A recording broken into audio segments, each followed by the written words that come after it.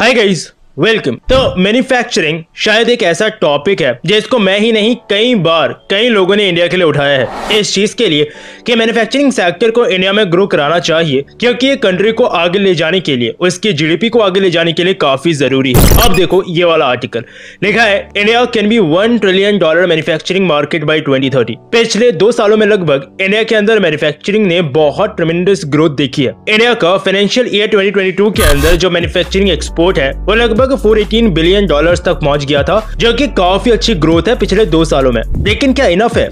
नहीं। इंडिया का world GDP में कंट्रीब्यूशन 3.1% के आसपास है, मैन्युफैक्चरिंग में कंट्रीब्यूशन सिर्फ 1.6% के आसपास। और इसमें सबसे बड़ी चीज पता है क्या है? कि हम अभी भी अपॉर्चुनिटीज को देख रहे हैं, उन्हें ढूंढ रहे हैं। मतलब इसमें बहुत इमेंस स्कोप और पोटेंशियल है आगे इसकी ग्रोथ होने का। ये प्रोजेक्शन है कि बाय 2028 इंडिया मैन्युफैक्चरिंग एक्सपोर्ट में $1 ट्रिलियन तक पहुंच सकता है। इससे इंडिया में जो मैन्युफैक्चरिंग सेक्टर का कंट्रीब्यूशन है वो भी बढ़ जाएगा अभी के 15.6% से 21% तक। साथ ही इसी प्रोसेस में इंडिया का जो एक्सपोर्ट मार्केट शेयर है ना, वो भी कहीं ना कहीं डबल हो जाएगा। अच्छी बात यहाँ पे ये भी है कि इंडिया में एनवायरनमेंट बन रहा है, लोग साथ ही गवर्नमेंट जरूरत और इम्पोर्टेंस समझ रही है मैन्युफैक्चरिंग सेक्टर की।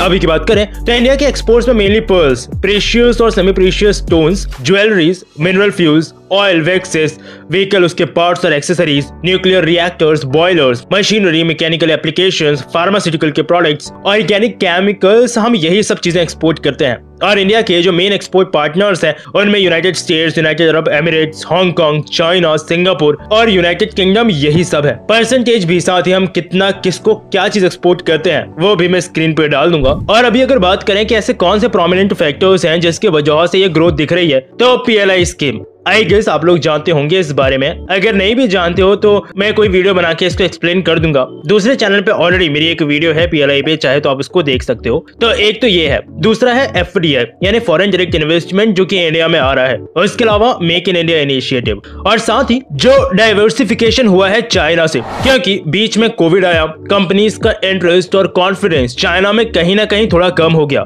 आज अब चाइना में इतना कोई चीप लेबर भी नहीं बचा है जितना इंडिया में है, इसलिए इंडिया की पकड़ मजबूत है। खैर 2030 तक $1 ट्रिलियन कर पाए ना कर पाए अलग बात है, और फ्यूचर में ही ये छुपी बात है। लेकिन इस बात की खुशी है कि इंडिया में इस चीज को इंपॉर्टेंस तो मिल रही है। बाकी आपकी राय नीचे बताइएगा जरूर कमेंट सेक्शन में। वीडियो में इतना ही। मुझसे आप पर्सनली कनेक्ट करना चाहते हैं तो इंस्टा और ट्विटर पे कर सकते हैं। फिर मिलूंगा नई वीडियो में। जय हिंद।